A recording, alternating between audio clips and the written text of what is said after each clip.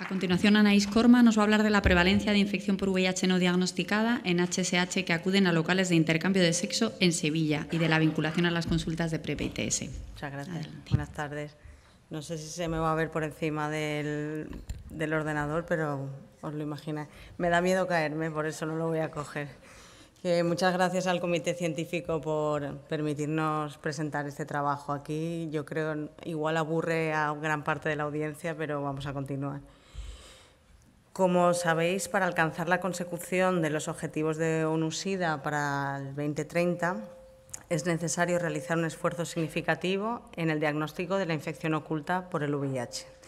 En este sentido, pensamos que los lugares de intercambio de sexo podrían constituir una oportunidad para cribar a esas poblaciones de difícil acceso en las que la prevalencia de la infección por VIH podría además ser más elevada, pero la información al respecto, la verdad, es que es escasa.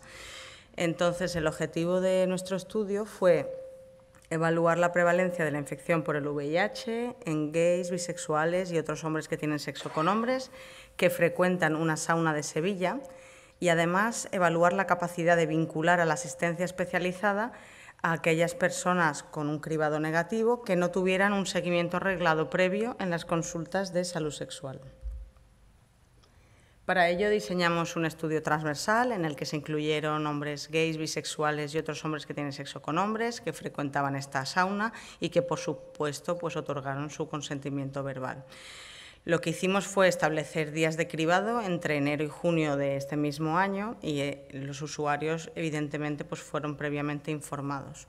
Los cribados se realizaron con test rápido, básicamente hora quick, que realizamos en sangre capilar porque además estábamos realizando otro tipo de cribados, ¿vale? Entonces, a los individuos con un cribado positivo frente al VIH se les vinculó directamente a las consultas de seguimiento de la infección por el VIH y a los individuos con resultado negativo se les ofreció la posibilidad de iniciar PrEP o de vincularse a programas de cribados periódicos de ITS en el hospital en el que trabajamos, que es en el Hospital de Valme de Sevilla. Bien, no he podido, por falta de tiempo, incluir la descripción de las características basales de la población que están en el póster y que os animo, si os apetece, que vayáis a ver.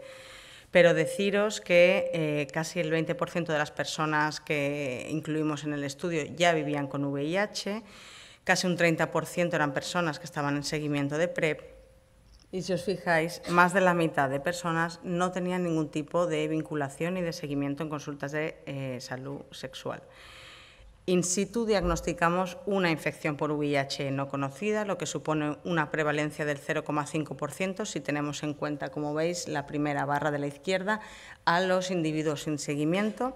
Si tenemos en cuenta el total de individuos, digamos, sin infección por VIH previa, sería una prevalencia del 0,3%. Vale, para leer esto, que parece un poco mogollónico, vamos a leerlo de arriba a abajo y de izquierda a derecha, ¿vale? En total se invitaron a participar a 614, como veis en el recuadro azul, 209 no declinaron la oferta y, si recordáis, de los 209 que teníamos pacientes sin ningún tipo de seguimiento, 165, casi la mitad, residían en Andalucía, con lo cual esos eran la población sobre la que nosotras teníamos la capacidad de realizar esa vinculación. De esos 165, directamente más de la mitad no pudimos vincularlos y lo importante es que casi la mitad de esas personas no vinculadas cumplían criterios para iniciar PrEP. De los 67 individuos que sí vinculamos, como podéis ver, acudieron a la consulta 26, es verdad que 21 tienen la cita pendiente. De esos 26 vamos bajando, 21 cumplían criterios PrEP, 2 se perdieron tras la primera valoración, 6 decidieron seguir o hacer un seguimiento, digamos, en las consultas de ITS y 18 iniciaron PrEP.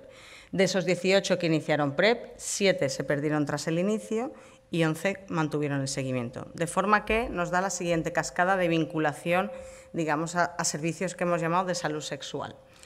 Del total de la población beneficiaria, hemos dicho que conseguimos vincular al 41%, Del total, solo el 16% acudió a la primera valoración, el 15% inició seguimiento bien en consultas de PrEP o bien en consultas de ITS y finalmente tenemos que solo el 10% de esa población potencialmente beneficiaria pues, se retuvo en el sistema.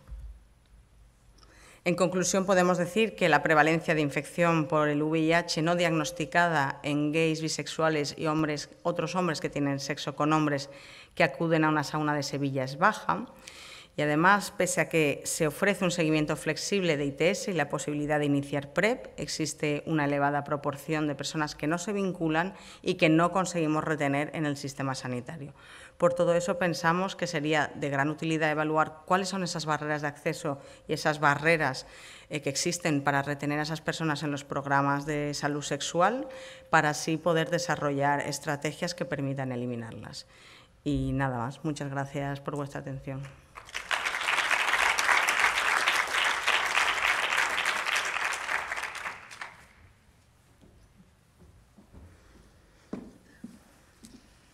Muchas gracias, Anaís. Muy interesante y muy deprimente, ¿no? Un poco. Lo primero, ¿fuisteis a la sauna directamente a ofrecer a la gente? Y si dijeron que sí, ¿hacíais in situ o iban al hospital? Tengo varias preguntas. Esa es la primera. Vale. La segunda, porque desde el punto de vista práctico creo que es complicado también de hacer. En segundo, ¿por qué la mitad de la gente no se vincula? Y en tercer lugar, ¿por qué crees que al final el seguimiento es tan bajo? Con respecto a la primera, si nosotras íbamos a la sauna, conseguimos ir a... Es una sauna, es verdad, pero es una de las saunas más importantes y más conocidas de España. Hay mucho recambio, o sea, quiero decir, era difícil llegar a todo el mundo y sobre todo porque éramos pocas personas y íbamos días determinados. Nosotros hacíamos el cribado in situ. In situ hicimos hepatitis C, VIH, hepatitis B, sífilis. En el caso de que alguna saliese positiva, vinculábamos directamente, ¿vale? No me acuerdo de la segunda pregunta. No, sí que porque había tan poca vinculación que la mitad no se lograron ni vincular al programa. Pues ahí solo tenemos especulaciones. Probablemente haya un poco de todo. Haya un poco de gente que no haya revelado, digamos, su orientación sexual o sus preferencias sexuales. Y entonces es gente que es muy difícil vincular a la consulta. Luego nos sorprendimos porque había mucho desconocimiento, casi un 30% de las personas con las que hablábamos no conocían la PrEP, por ejemplo. O sea, que era una población que asumimos que tienen un montón de información y ninguna barrera para acceder, pero en la que debe de haber algunos determinantes socioculturales que no les están permitiendo acceder. Estigma, miedo, homofobia interiorizada, en fin, se me ocurren esas, ¿no? Por decir algunas. Gracias. De nada. Y siguiendo un poco en esta línea, ¿qué hacemos? ¿Hacemos unas cajitas de PrEP, PEP y condones y las distribuimos? Porque point of care, no sé. El point of care es fantástico, lo que pasa es que no tenemos la capacidad de estar ahí, pero yo creo que conforme más nos veíamos, la gente se habituaba mucho más a nuestra presencia, nos aceptaba, porque también nosotras como mujeres cis estábamos entrando en un espacio en el que, bueno, pues no estaban acostumbrados a vernos, ¿no? Pero se acostumbraban, incluso se acercaban y podíamos dar información. Dar información es el primer paso. Empoderar a esas personas, ¿no? Entonces... Bueno, luego en el café nos hablas de la logística, que nos hemos quedado con curiosidad. Más interesante. Muchas gracias.